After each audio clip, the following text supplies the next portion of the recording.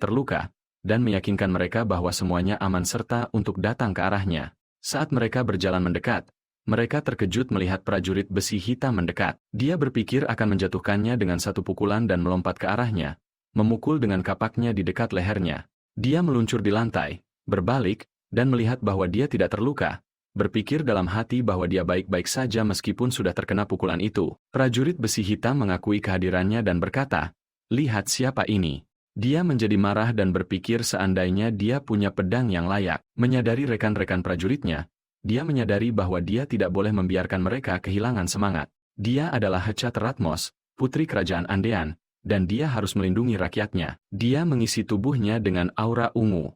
Dia berkomentar bahwa, apapun keadaannya, ini akan menyenangkan. Pada saat itu, Russell tiba dan berkata bahwa, dalam hal ini, mereka harus membuatnya lebih seru lagi. Dia bergerak menuju prajurit besi hitam, memegang tombak api, dan menyerangnya, melempar prajurit itu mundur. Dia kemudian menoleh ke Hecate dan bertanya apakah dia baik-baik saja, menyapanya sebagai anggota kru pasokan.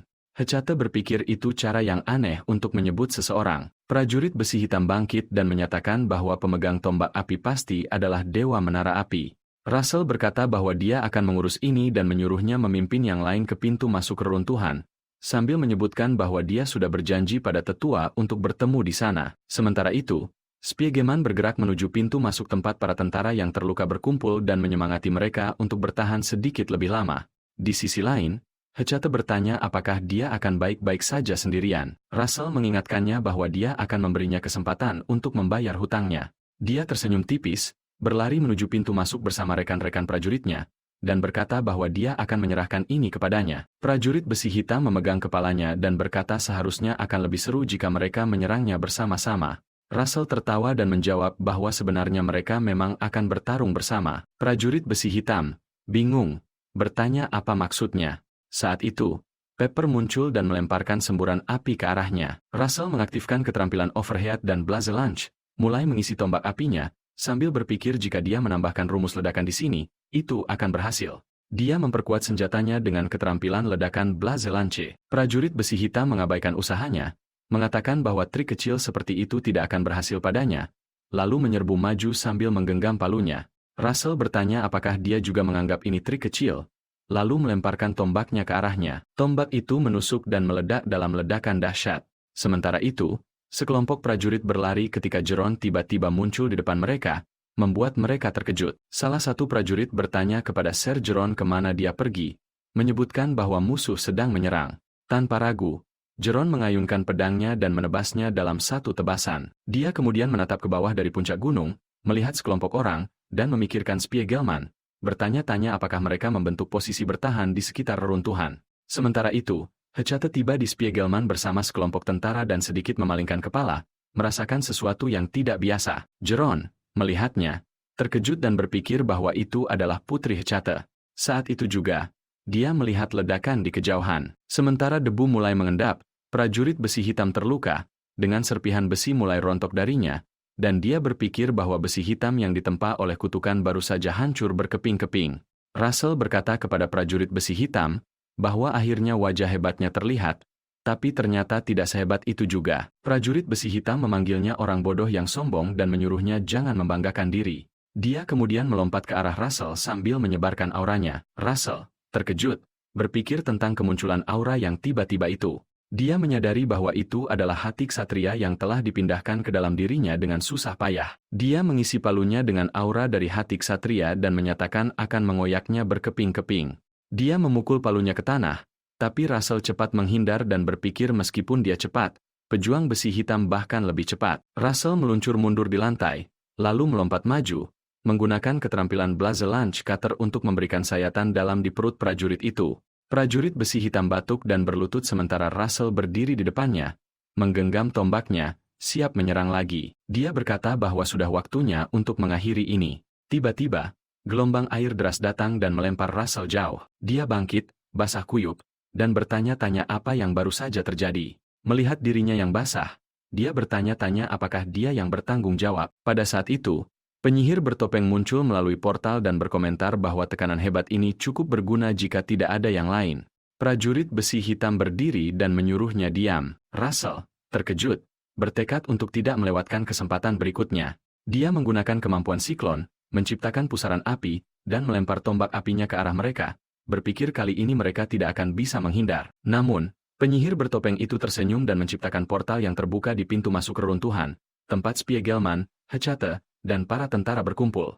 Russell terkejut melihat kejadian itu. Di sisi lain, para prajurit juga melihat pusaran api muncul dari portal. Seorang prajurit terkejut bertanya, itu apa? Hecate menatap dengan mata terbelalak saat tombak api Russell meluncur ke arah mereka, membuat Spiegelman juga terkejut. Russell, dengan ngeri, berteriak tidak, tapi tombak itu menghantam tanah, memicu ledakan besar. Saat debu mereda, Russell melihat segala sesuatu di sekitarnya hancur dan berkata tidak. Dia memanggil sang putri dan tetua. Spiegelman mengangkat tangannya dan berkata dia di sini. Melihat dia terluka, Russell mendekat dan bertanya apakah dia baik-baik saja sambil memperhatikan beberapa mayat berserakan di sekitar. Dia berlutut dan meminta maaf. Tiba-tiba, Jeron muncul membawa Hecate dalam pelukannya.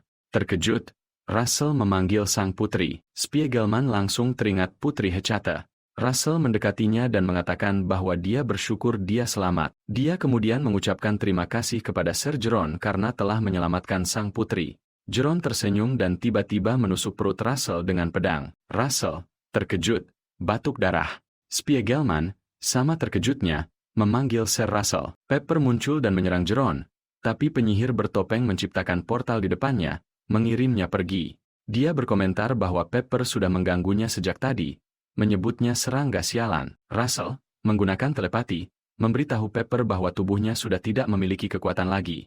Jeron menatapnya dan berkata dia yakin telah memerintahkannya untuk menjadikan Spiegelman sandera. Penyihir bertopeng menjawab bahwa Spiegelman juga bisa dijadikan sandera. Spiegelman mencoba menyerang dan menuntut tahu bagaimana Jeron berani mengkhianati mereka. Prajurit besi hitam memukul Spiegelman dengan palunya dan memerintahkannya untuk diam, menyebutnya orang tua. Penyihir bertopeng kemudian melihat Hecate dan dengan santai bertanya siapa wanita itu. Jeron mengatakan bahwa jika mereka memiliki putri Hecate, mereka bahkan bisa menguasai kerajaan Endymion, dan karena tindakan bodohnya, semuanya hampir hancur. Dia menambahkan bahwa semuanya baik-baik saja selama dia tidak mati. Russell bangkit dan menyatakan bahwa dia tidak akan membiarkan itu terjadi dan mereka tidak akan semena-mena. Prajurit besi hitam bergerak mendekatinya, mengatakan bahwa dia akan menghabisinya. Russell menggunakan skill kabut cincin awan saat prajurit hendak menyerang, mengatakan ini balas dendam untuk anak yang dulu. Penyihir bertopeng melihat kabut itu dan melancarkan serangan sambil berteriak agar dia mati. Namun, Russell mengaktifkan Dragonification dan melompat tinggi ke udara, menghilang dari pandangan. Penyihir bertopeng itu berpikir dengan tidak percaya bahwa kabut itu dimaksudkan untuk menghalangi penglihatan mereka. Mereka terkejut saat terdengar ledakan.